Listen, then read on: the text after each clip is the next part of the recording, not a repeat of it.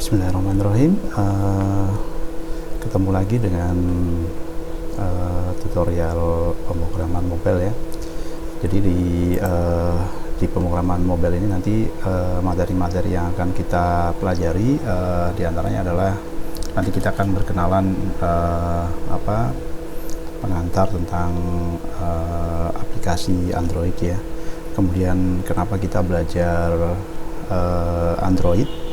Kemudian kita juga nanti akan belajar bagaimana cara melakukan instalasi Android Studio, kemudian mengetahui fitur-fitur yang ada di Android Studio, dan juga akan belajar shortcut yang sering dipakai di Android Studio.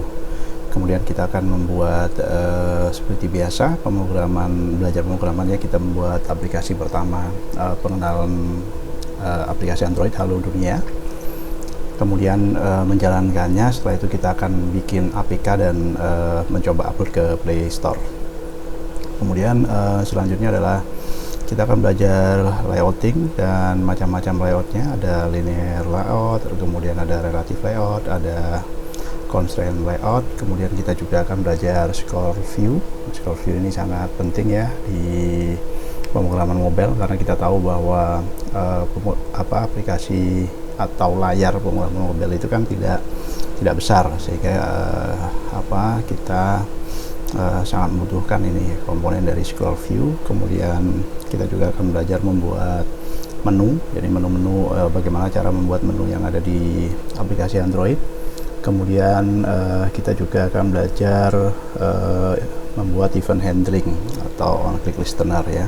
Jadi ketika sebuah komponen atau kontrol dikenakan klik misalkan, nah itu akan melakukan apa, itu kita lakukan di event handling. Kemudian kita akan belajar apa itu intent explicit. Kemudian kita nanti juga akan belajar bagaimana mengganti nama, ikon, dan warna atau color. Kemudian materi selanjutnya kita akan membuat user input dengan studi kasus membuat aplikasi kalkulator ya. Bagaimana kita menggunakan setText sama getText. Kemudian kita menggunakan spinner atau if else. Kemudian ini yang penting, kita coba akan membuat metode sendiri bagaimana menyelesaikan studi kasus yang akan kita buat nanti. Kemudian kita juga akan belajar membuat unit testing. Selanjutnya kita seperti banyak pemrograman, pembuatan list itu sangat penting. Nanti kita akan buat list view dengan studi kasus aplikasi mengenal buah.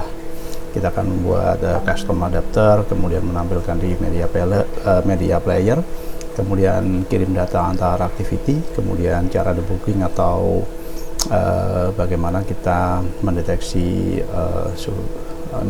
kesalahan-kesalahan atau error yang terjadi di aplikasi yang kita buat.